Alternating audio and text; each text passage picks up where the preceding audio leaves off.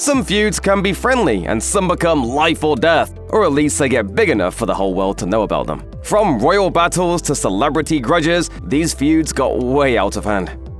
Unless you're Cain and Abel, your sibling squabbles probably don't run as deep as they do for Oasis's Noel and Liam Gallagher. The two have apparently barely gotten along since childhood, making it a small miracle they formed a band in the first place. Within a few years, their infighting had overshadowed their music, with incidents like Liam hitting Noel with a tambourine during a show, Liam accusing Noel of fathering a child outside marriage, Liam regularly leaving during shows only to be found somewhere drinking instead. Maybe we're starting to see who's the instigator here. We don't like each other, man. And by all accounts, Liam also started the 2009 blow-up that led to Noel quitting the band. Apparently, Liam had canceled an important gig but managed to blame it on Noel. Tempers flared and Liam did the one thing you never do to a musician. He broke one of Noel's guitars. That did it. Noel quit that night. Of all the things to fight about, you'd think best sad 80s singer guy would bottom out the list. And yet, Robert Smith of The Cure and Morrissey of The Smiths have been constantly swiping at one another since the 80s. It started when Morrissey was doing what he did best, insulting people. When asked during an interview who he'd shoot with one bullet, Robert Smith or some other guy, he answered, "I'd line them up so that one bullet penetrated both simultaneously." Robert Smith is a whinge bag. Smith has also called Morrissey a precious, miserable bastard, all the things people think I am, and even quipped, "If Morrissey says not to eat meat, then I'll eat meat. That's how much I hate Morrissey." The Smiths singer, meanwhile, has said The Cure gives a new dimension to the word crap and made it perfectly clear that he has never liked them. Now, Morrissey doesn't like anybody or anything. Among the many things that Morrissey has said on record he actually hates are Elton John, George Michael, Madonna, Vic Reeves, Bob Geldof, Tony Wilson, meat eaters. But still, with both sides publicly saying they'd happily put the other 6 feet under, don't expect a conciliatory hug and cry session anytime soon. The hip-hop beef has been embedded in the genre's marrow from the beginning and has yielded some of its most thrilling moments. Nas versus Jay-Z is still the gold standard. Even Jay's mom had to step in when things got too heated. Some tame references on a few late 90s cuts notwithstanding, it was Jay dissecting Nas's career with surgical precision on 2001's The Takeover that really set this lyrical deathmatch in motion. The ball was in Nas's court, and Nas took the ball, doused it in lighter fluid, and shot it out of a cannon. His ether dropped a few months later, and was so devastating that the word ether has become a shorthand term for having lyrically destroyed your rival on a track. Some fans thought it was over then and there, but Jay decided to double down and get reckless. He premiered Super Ugly on Hot 97 FM and explicitly referenced having hooked up with the mother of Nas's daughter. Jay's mother was so appalled that she urged her son to apologize, which he later did. Occasional shots were fired over the years until they performed on stage together during Jay's I Declare War concert in 2005, and publicly quashed this musician feud. They've even recorded a couple tracks together since, tossing their differences overboard and sailing that friendship all the way to the bank. How did the Jay-Z beef start? I'm really over that. Right. I really don't I really over that, man, The fact that this so-called feud is still being talked about is either a huge testament to our tendency to make a whole lot of noise over a whole heap of nothing where celebrities are concerned, or an even bigger testament to Mariah Carey's Olympian capacity for throwing shade. In 2000, a German TV network asked Carey for her opinion on a few of her contemporaries. She spoke very highly of Beyoncé, but when asked about J-Lo, she simply smiled and replied, "I don't know." Ouch. Carey's 4 little words provided enough meme fodder to keep gossip lovers warm and happy for many winters. There was the moment where you said, "I don't know her." And then she said, "I know her." Ago. I can't believe people still make such a big deal out of it. J-Lo told Andy Cohen she harbored no ill will toward Carey in 2014 and hoped the feeling was mutual. I don't have a feud against her at all. I know from back in the day, I've read things that she said about me that were, not the greatest. At the 2015 Billboard Music Awards, though, J-Lo was caught idly looking at her phone during Carey's performance. She claimed that it was just sneaky editing and bad timing. The whole thing wallowed in this sort of passive-aggressive nothingness until late 2017, when record label owner Irv Gotti revealed the two had actually been pitted against each other behind the scenes back in the early 2000s by one Tommy Mottola, a label exec and Carey's ex-husband. My, the plot like my gravy thicken. This feud between superstars all started, of course, with that infamous "I'ma let you finish" interruption during Taylor's acceptance speech at the 2009 VMAs. Yo, Taylor, I'm really happy for you. I'm gonna let you finish. But Beyonce had one of the best videos of all time. What happened over the next 8-ish years was a noisy mishmash of more award show drama, lyrical potshots, and 2 or 3 planet-sized egos. Following the outburst, Kanye was slammed by everyone from fellow rapper 50 Cent. I wish you would come take one of my awards so I could black his eye in front of everybody. To then President Barack Obama. The young lady seems like a perfectly nice person. She's getting her award. What's he doing? Why would he do that? He's a jack. A brief apology tour followed, but then a year or so later, he slowly started backpedaling and trying to justify his actions. Even so, they seem to have buried the hatchet by 2015 when Taylor presented Yeezy with the Vanguard Award at the VMAs that year. I'm really happy for you, and I'm gonna let you finish. But Kanye West has had one of the greatest careers of all time. But then Kanye dropped Famous in 2016, reigniting the feud and turning more than a few heads with the line, "I feel like me and Taylor Swift might still have sex. Why? I made that famous." At first, the feud between the Red Hot Chili Peppers and Faith No More was kinda cute. The two bands were both members of the fledgling funk metal genre, and at one time, Faith No More would occasionally open for the Peppers. So everything was pretty amicable until Peppers lead singer Anthony Kiedis saw Faith No More's video for Epic. He became convinced that Faith No More singer Mike Patton was stealing his moves, and he worried fans would think the Peppers were the copycats. But at the time, it didn't really escalate beyond the two men taking occasional verbal jabs at each other. But then in 1999, Faith No More went on hiatus and Patton returned to his other band, Mr. Bungle. That summer, Mr. Bungle received notice that they'd been cut from the lineup at several festivals because the Peppers, specifically Kiedis, were threatening to pull out of shows if Mr. Bungle didn't get the boot. So in response, Mr. Bungle performed at a Halloween show dressed as the Peppers. That was bad enough, but they then mocked the band by butchering all their songs and even going so far as pretending to inject heroin, a drug that the Peppers have a troubled history with. Imagine if you achieved fame and thanked the guy who inspired you, but then that guy expressed regret over that inspiration. That's pretty much exactly what happened between Rage Against the Machine and Limp Bizkit. It wasn't just a case of one band not appreciating the admiration of the other, either. Rage got a kick in the metaphorical man parts when Limp Bizkit's Break Stuff beat out Rage's Sleep Now in the Fire for Best Rock Video at the 2000 MTV Video Music Awards. As Limp Bizkit accepted their award, Rage bassist Tim Comerford crashed the stage, climbed a 20-foot fake palm tree, and refused to come down. Even after that, Limp Bizkit regularly covered Rage songs and sometimes even spoke enthusiastically about the band that inspired them. Frontman Fred Durst even told a crowd in 2014 that Rage's Killing in the Name had changed his life. Durst's childlike admiration only seemed to embarrass Rage Against the Machine, though. As Comerford told Rolling Stone in 2015, "I do apologize for Limp Bizkit. I really do. I feel really bad that we inspired such bullshit." While there are exceptions, it's usually a good rule of thumb to never go into business with your significant other. Case in point, Stevie Nicks and Lindsey Buckingham, who were a couple when they joined Fleetwood Mac. In 1977, the band released Rumors, one of the best-selling albums of all time, but everything fell apart soon afterward. The members barely spoke to each other in the studio, and when it was over, everyone broke up, including Nicks and Buckingham. But the bad vibes had been brewing for a while. The couple took out their frustrations with each other in the music itself.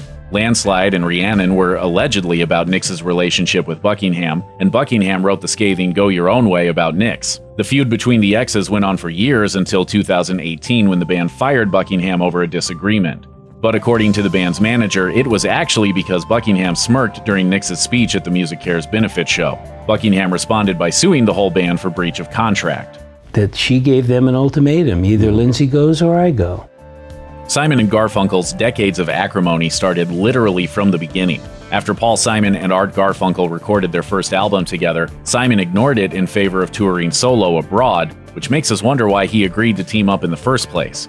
After the pair split in 1970, they didn't work together again for 5 years. Once they finally recorded a new tune, they bickered so much over who owned it that they both released it on their own solo albums. It makes you wonder if they also draw a line in the middle of the studio so neither could sully the other's side. Then came a historic free concert in Central Park in 1981 that was followed by an extended tour, but this turned out to be a very temporary reconciliation. A planned reunion album became a solo Simon album that nobody liked, and they divorced yet again.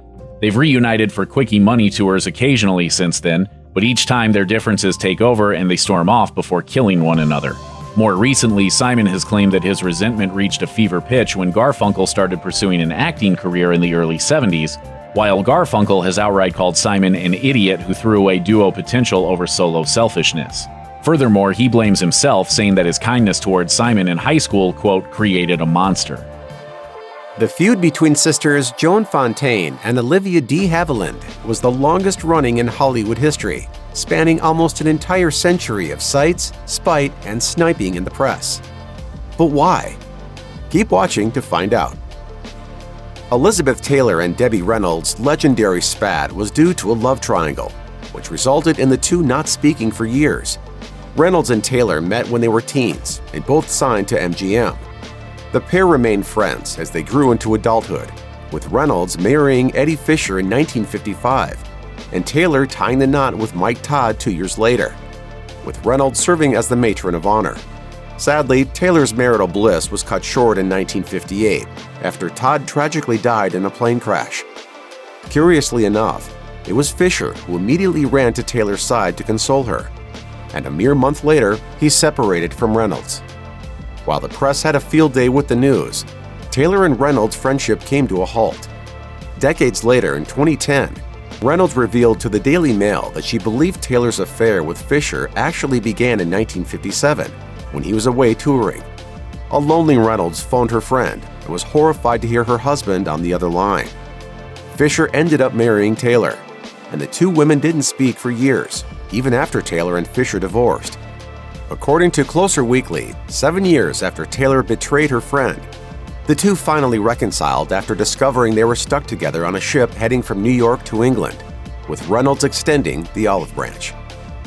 Jerry Lewis was a huge part of Dean Martin's climb to the top of the A-list.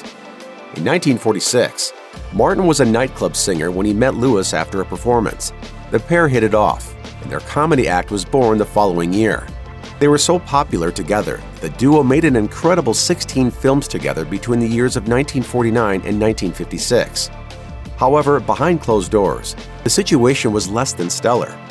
Martin was tired of being just the straight man to Lewis's wacky antics, while Lewis detested that his partner in crime didn't have the same workaholic mentality as he did. A significant point of contention came in 1954, when Look magazine cropped Martin out of a promotional photo for their new movie, Living It Up. Things never recovered after that, and by 1956, Lewis and Martin had gone their separate ways. According to People, the two refused to speak to one another for a whopping 20 years until their mutual friend, Frank Sinatra, attempted a live, surprise on-stage reunion in 1976. Although they were civil for the cameras, it would be another 10 years before they truly reconciled, after Martin's son passed away in a plane crash in 1987. When Martin died in 1995, Lewis took the blame for their bitter split all those decades ago. He told TCM's Ben Mankiewicz that Martin was the best man he ever met. You still thought of him as your best friend? Oh, God, yes. Oh, yes. When Jane Mansfield finally reached the A-list in the late 1950s, Marilyn Monroe was already a bona fide Hollywood icon. The pair were already on bad terms before they even met. According to the Vintage News, Mansfield was considered by many a cheaper knockoff version of Monroe, which clearly irked Marilyn. So annoyed was Monroe with her rival that she once snapped at writer Lawrence J. Quirk. "All she does is imitate me. I wish I had some legal means to sue her." After a confused Quirk asked her why she would want to take legal action against Mansfield, Monroe said, quote, "for degrading the image." But it wasn't just Mansfield's copycat behavior that annoyed Monroe.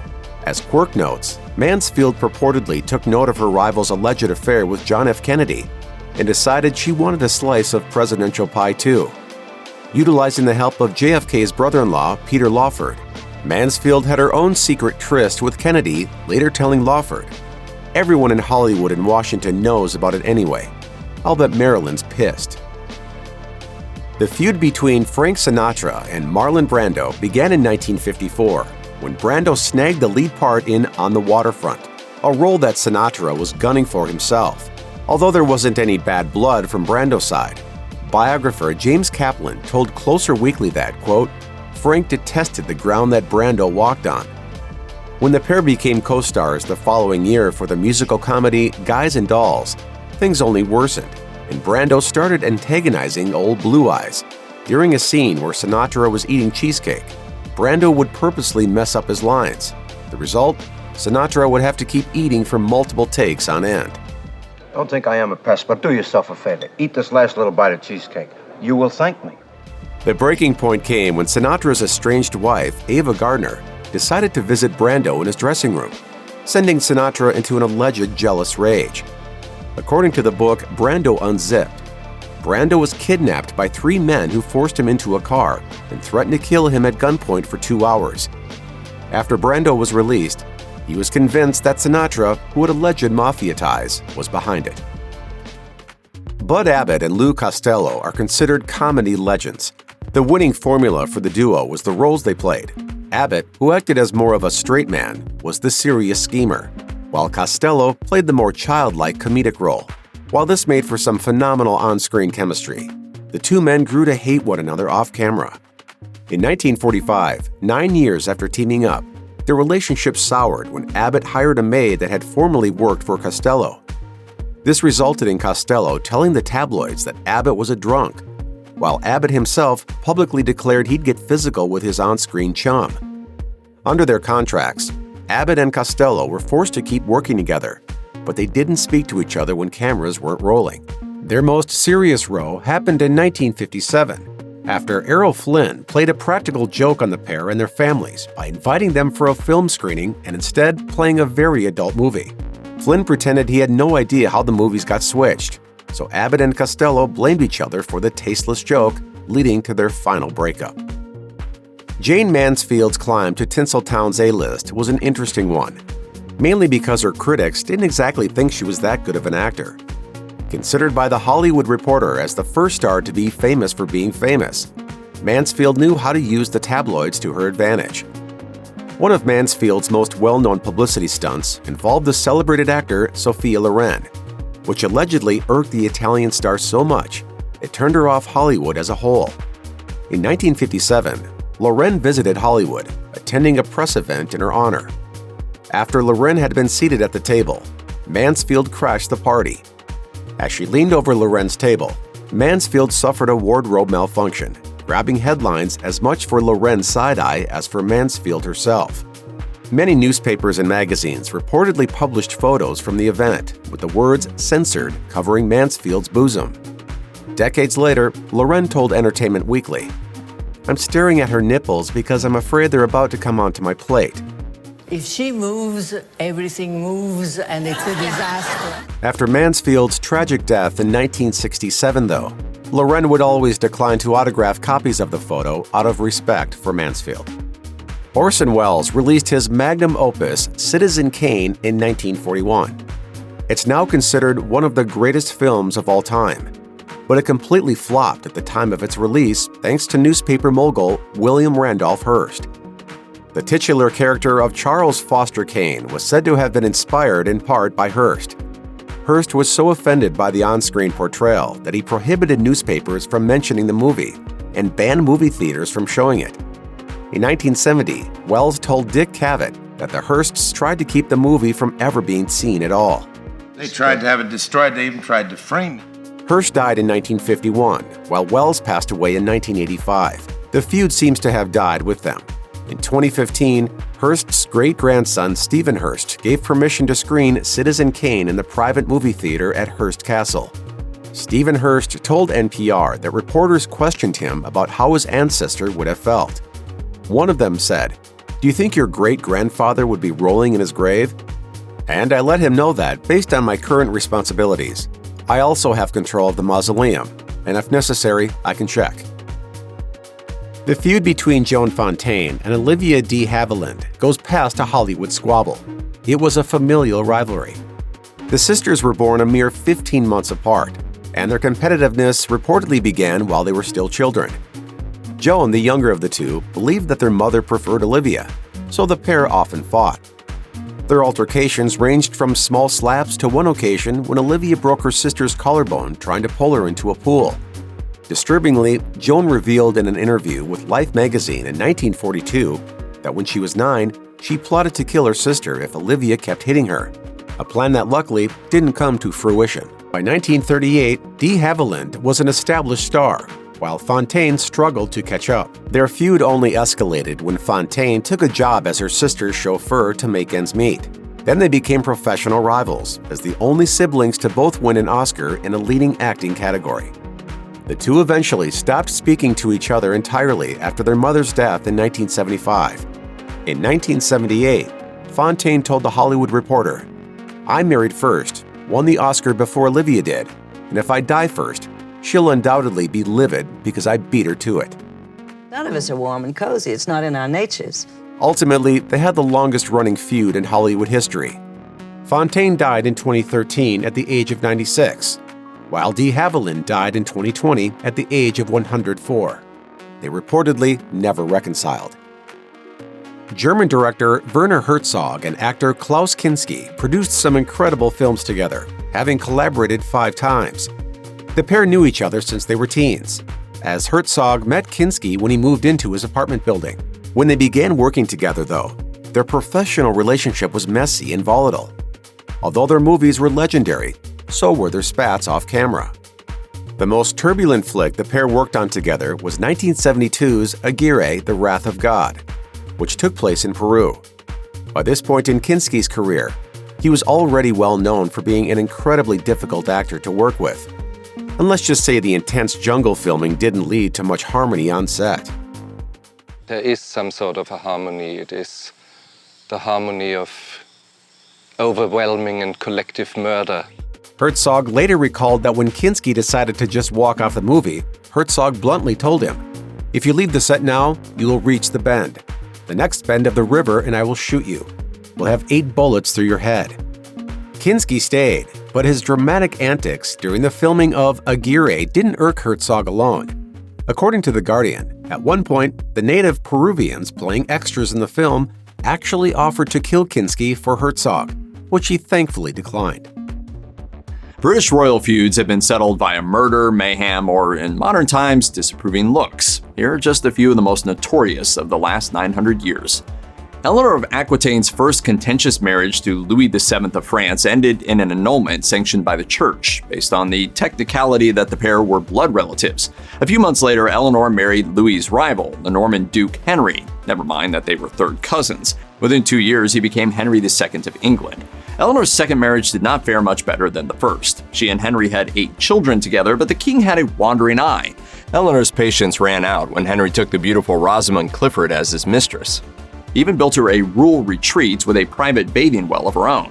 So the fed-up Eleanor returned to her lands in southwest France and began plotting her revenge. She got her chance in 1173. A dispute over Eleanor's lands in France exploded into a rebellion against the king led by his son, Prince Henry. Eleanor provided him a base of operations, money, and supplies, but the rebellion failed and Henry imprisoned his wife in various castles for 15 years. She was allowed out only on official excursions, during which she was closely monitored, but Eleanor eventually got her revenge. Her son, Richard the Lionheart, rebelled against his father in 1189, again using his mother's lands as a base of operations. Henry resisted until Richard and Eleanor convinced his youngest and favorite son, Prince John of Robin Hood fame, to join the revolt. Henry died, Richard became King Richard I, and Eleanor, whom he called his much-loved mother, was released from custody and welcomed back to court, where she ruled England in her son Richard's name while he was on the Crusades. In theory, the ambitious French Princess Isabella should have been thrilled with marriage to the handsome and powerful Edward II of England, but Edward enjoyed extremely close public and most likely sexual relationships with men as well. At his own wedding, Edward sat with his alleged lover, a knight named Piers Gaveston, rather than his new bride. He gifted Isabella's jewelry to Gaveston, who humiliated the queen by wearing it publicly.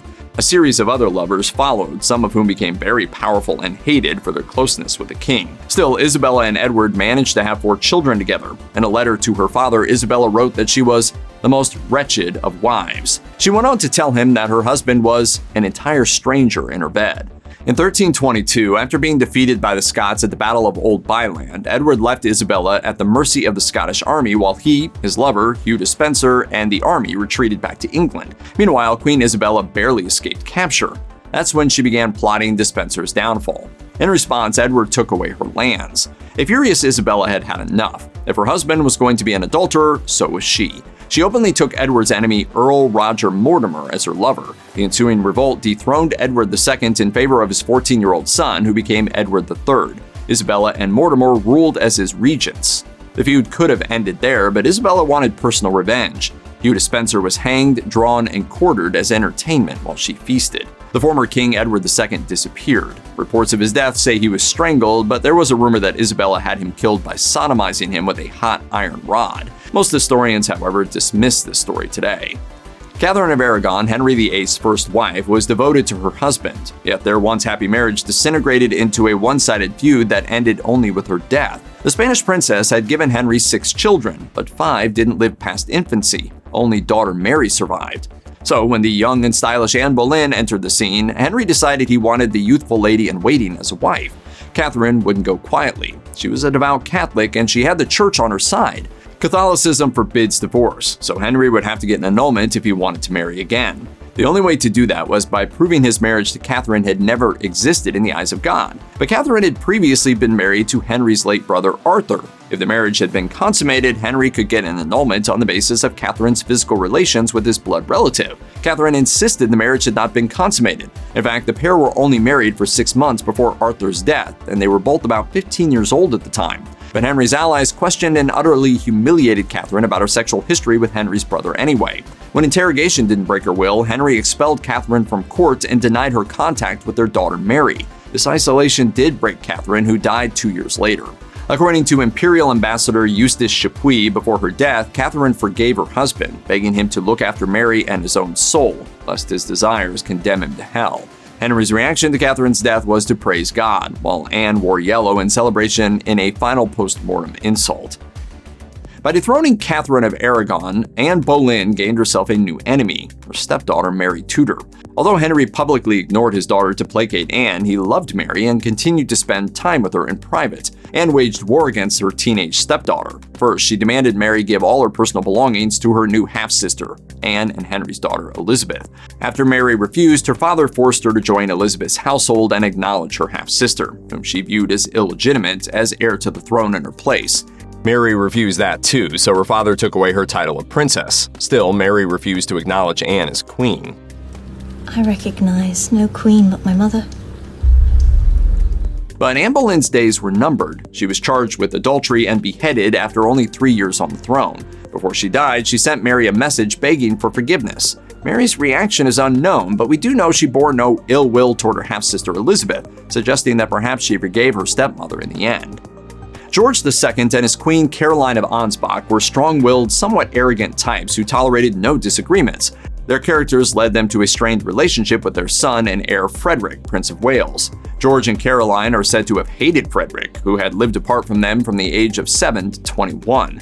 Part of the problem was that George II had enjoyed an allowance of £100,000 as Prince of Wales, but only gave his son £25,000. Frederick demanded the same as his father, who denied him, compromising on £50,000. This dispute undoubtedly led to the next one, where things went too far. George refused to allow his son to marry until 1736, when he was 29. He matched Frederick with Augusta of Saxe-Gotha. Princess Augusta was to give birth before the family at Hampton Court Palace, as was customary, but the prince lied about her due date and spirited her away to St. James's Palace, preventing his parents from attending the birth. The baby was a girl. According to historian Tracy Borman's book Crown and Scepter, the queen expressed satisfaction that Augusta had given birth to a poor, ugly little she-mouse rather than a large, fat, healthy boy. Apparently, George and Caroline really did loathe their son.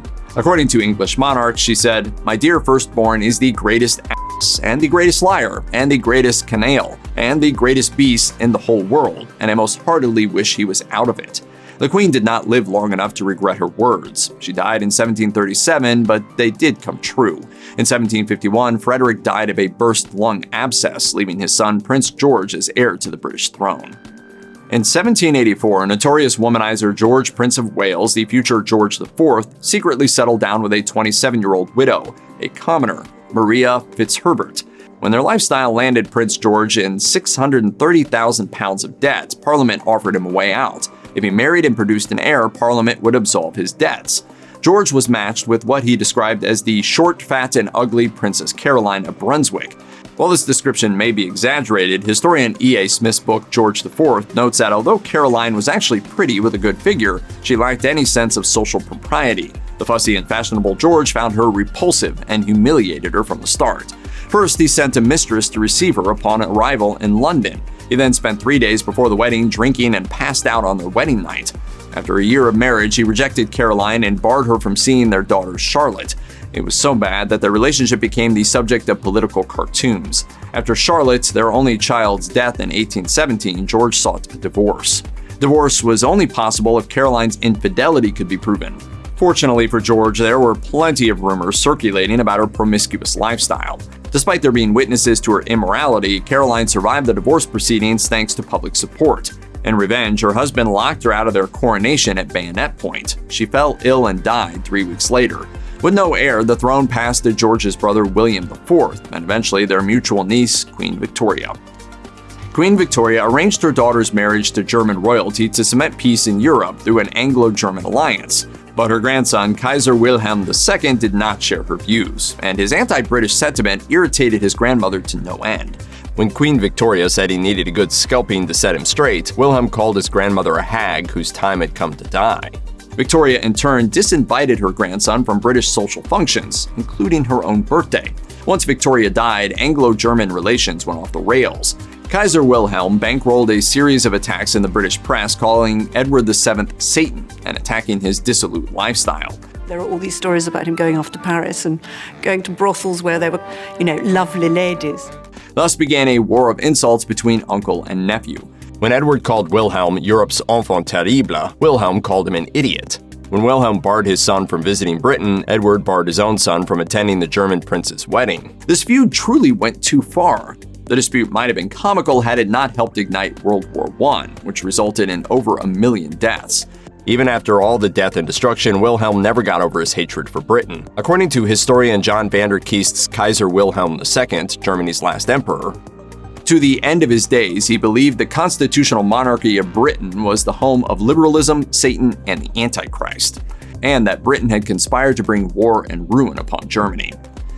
Edward VIII and his brother George were close growing up. A letter unearthed in Australia proved that Edward had even helped his brother sleep with a married woman in 1919 by keeping her husband occupied with golf, but the relationship soured in 1936. Edward was a good-looking and charismatic man who had his pick of women. To his family's horror, he fell for twice-divorced American socialite Wallis Simpson, an unacceptable candidate for queen consort, they thought, so Edward abdicated the throne to marry her. The terms of his abdication sparked a feud with his brother, now George VI. He said, I just have no idea of kingship. I've not been trained to this role. How can he do this to me? George refused to grant Simpson any sort of title or increase to Edward's allowance. As it turned out, Edward had lied about his financial situation, claiming to be much poorer than he actually was. Queen Elizabeth, mother of Queen Elizabeth II, referred to Simpson as that woman. Simpson returned the favor by calling the Queen the fat Scottish cook. Meanwhile, Edward referred to his nieces and other female relatives as thin-veined ice bitches. The feud got worse once politics became involved. The former king courted Nazi Germany and other European fascist states, possibly with treacherous intent. So George exiled him to the Bahamas, a punishment that Edward compared to Napoleon's imprisonment on Elba. Eventually, George died in 1952, a national hero for his wartime conduct, but burned out from the stress of the monarchy. Queen Elizabeth II blamed her uncle, who despite attending the funeral did not exhibit a shred of grief for his former closest companion.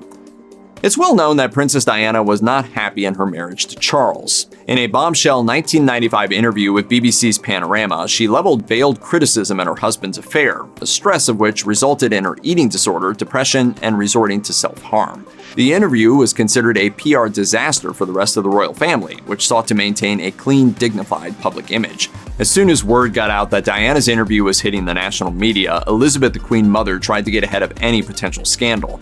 The 95-year-old matriarch scheduled hip surgery for the day before the interview was set to air. At her age, any invasive surgery naturally carried a risk of death, but she took things a bit too far, reasoning that if she died on the operating table, she could knock Diana off primetime television and the front pages of the tabloids, and lessen the effect her revelations had on the royal image. Her plan was foiled. She survived the surgery, and the interview blew up the next day. Princess Diana's death in 1997 only served to divide the family further and pitted her brother Charles, Earl Spencer, against her ex-husband Prince, now King Charles, and the rest of the family. The two Charleses hated each other. According to the journalist Emily Andrews, then Prince Charles couldn't help but insult the dead Diana over the phone to her brother while making preparations for her funeral. Spencer slammed the receiver down in response. Having seen the way his sister was treated while alive, it must have hurt to hear such disrespect even in death.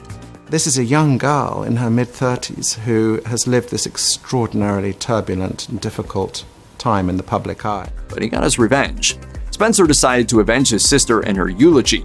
According to Town & Country, in paying tribute to his sister, the 9th Earl Spencer reportedly angered the Queen with lines like, "Someone with a natural nobility who was classless and who proved in the last year that she needed no royal title to continue to generate her particular brand of magic." While these words were undoubtedly true, given Diana's charity work and devotion to her children, it was also a dig at the royal family. He implied that Diana the Commoner had more nobility than the blue-blooded British royals ever would, despite their fancy titles and wealth.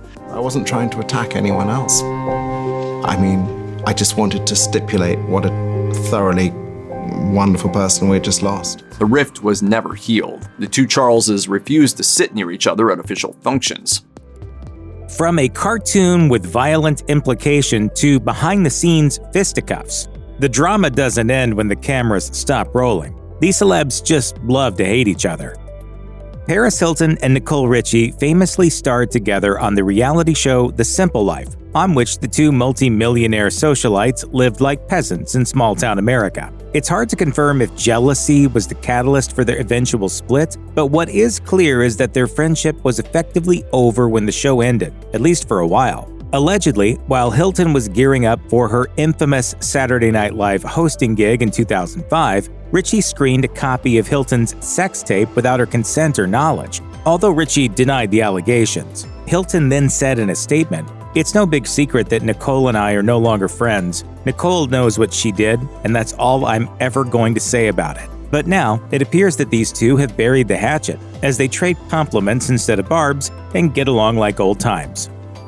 Star Trek veterans William Shatner and George Takei were allies on screen, but once the cameras stopped rolling, all bets were off. The first time their beef went public reportedly coincided with the release of Takei's 1994 autobiography, To the Stars, in which he accused Shatner of giving him a cold shoulder and changing scripts to give him a less prominent role. Then, in 2008, Shatner was upset when he wasn't invited to Takei's wedding. As he said in an interview at the time, "It's so patently obvious that there is a psychosis there. I don't know what his original thing about me was. I have no idea." Then, in his 2011 book, Shatner Rules, the former Star Trek leading man appeared to get to the bottom of the issue when he claimed that Takei didn't want to play second fiddle to him. Then, when Shatner rocketed into space with Jeff Bezos in 2021, Takei mocked him, reportedly saying, "He's boldly going where other people have gone before. He's a guinea pig." Oh my! Was the media pitting rival supermodels Tyra Banks and Naomi Campbell against each other, or were they merely getting the scoop on a real fight? It appears to be a chicken or the egg situation. While the media certainly hyped things up, there was definitely some genuine tension between the two for years. When Banks first hit the catwalk, she reportedly felt unwelcomed by Campbell, though she's acknowledged that the press had a hand in increasing the bad blood. As she admitted to People magazine in 2019, "I got to Paris and it was very difficult. I did really well really fast, but then the industry was saying, 'Oh, look out, Naomi Campbell, sit your butt down.' It wasn't fair to Naomi, but her response was, 'To this day, I'm very scared of her. It was very difficult, like some of my lowest times of my life, dealing with that.'" The two eventually made up on Banks' talk show, but the beef wasn't quite finished. In a since-deleted 2020 Instagram post, Campbell shared an article from the website The Things entitled, "Here's Why Fans Are Starting to Think Tyra Banks is the Real Mean Girl, Not Naomi Campbell." They haven't come to blows, but it sure got Campbell's millions of followers talking. Last time I contacted Tyra, we are in a good friendship. Sarah Jessica Parker and Kim Cattrall's feud was never quite public enough to grace the covers of tabloid rags, but Sex and the City fans certainly knew something was amiss when Cattrall was missing from the 2021 HBO Max revival and Just Like That. But it wasn't exactly a new development, nor an unexpected one for anyone who had been paying close enough attention. The bad blood ran under the surface for years, though everyone involved tried to keep things cool while the cameras were rolling. But in 2018, it all came undone. After Cattrall's brother died, Parker sent condolences that may not have been fully sincere. As Cattrall wrote on Instagram, "I don't need your love or support at this tragic time, Sarah Jessica Parker. Let me make this very clear. You are not my family. You are not my friend. So I'm writing you one last time to stop exploiting our tragedy in order to restore your nice girl persona." Bam Margera was one of the mainstays of Jackass in the franchise's heyday, and yet he was nowhere to be seen in Jackass Forever. So what happened? How could there be any bad blood between these guys who have endured so much torture together? In a nutshell, Margera violated a sobriety contract by testing positive for Adderall and was then essentially booted from the sequel. He didn't take too kindly to this, as he fired back with a lawsuit, in which he called the wellness agreement that he signed a sham. Margera even asked his social media followers to boycott the film in a series of since-deleted posts. As he tearfully claimed in an Instagram video, "Jackass does not care about me. Understand that, ladies and gentlemen. It was like my family that won't let me in because they saw I'm out here being a jackass on TMZ. So I can't be in Jackass because I'm out there being a jackass?" Jackass was everything to me. Good luck working with someone you hate on a show that's been on for as long as Grey's Anatomy. That's exactly the situation that Patrick Dempsey and Isaiah Washington found themselves in. Although neither of them lasted all 19 seasons and counting, Washington was ultimately let go after 3 seasons for allegedly using a homophobic slur on set. He claims that it wasn't directed at anyone specific, but his co-stars suspected that it was an attack on TR Knight. According to the book How to Save a Life, the inside story of Grey's Anatomy, Washington uttered the slur following a nasty on-set spat with Dempsey. Mark Wildling, one of the show's writers who was present when it all happened, claims that it started when one of the actors was late to set, supposedly as retaliation for the other one also having a tardiness problem. As Wildling recalled, they got into an arguing match, and then before you know it, they were physically fighting. I was standing there in Video Village. I'm like 6 feet 4 inches. I'm bigger than both of them, but I didn't really jump in right away because I'm like, I don't know if I want to get involved. The fight didn't last very long, but it was long enough for Washington to make a career-ending mistake. I can't change that narrative, but what I can do is upset the absolutes about who I am as a human being.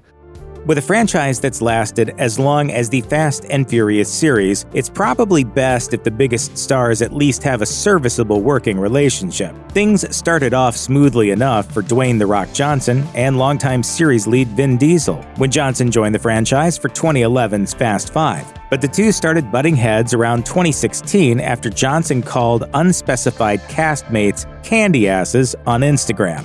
Diesel then all but admitted that he was the one being called out, and then co-star Michelle Rodriguez confirmed that the two didn't exactly see eye to eye. Things haven't exactly gotten better since then. In November 2021, Diesel publicly pleaded with Johnson to return to the franchise, but Johnson dismissed this as manipulation and called Diesel out for supposedly weaponizing his kids and late co-star Paul Walker to pressure them. Kanye West was married to Kim Kardashian for 7 years, during which time they had 4 kids together. After they split in 2021, Kardashian found her way into the arms of Saturday Night Live alum Pete Davidson.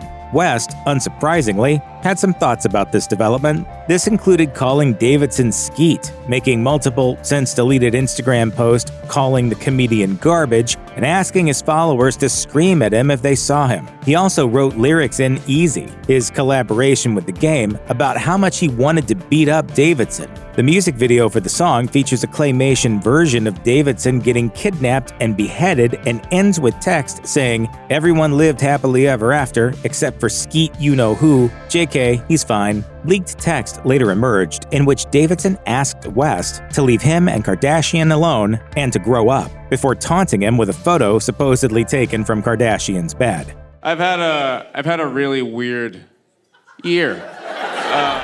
Traditionally, those who seek to host late shows that air at 11:30 p.m. must first prove their worth on lower-profile gigs. Throughout most of the 80s and into the early 90s, David Letterman had hosted Late Night on NBC in anticipation of taking over The Tonight Show from longtime host Johnny Carson. Carson reportedly even gave Letterman his support to take over when he left, but there was another contender lurking nearby.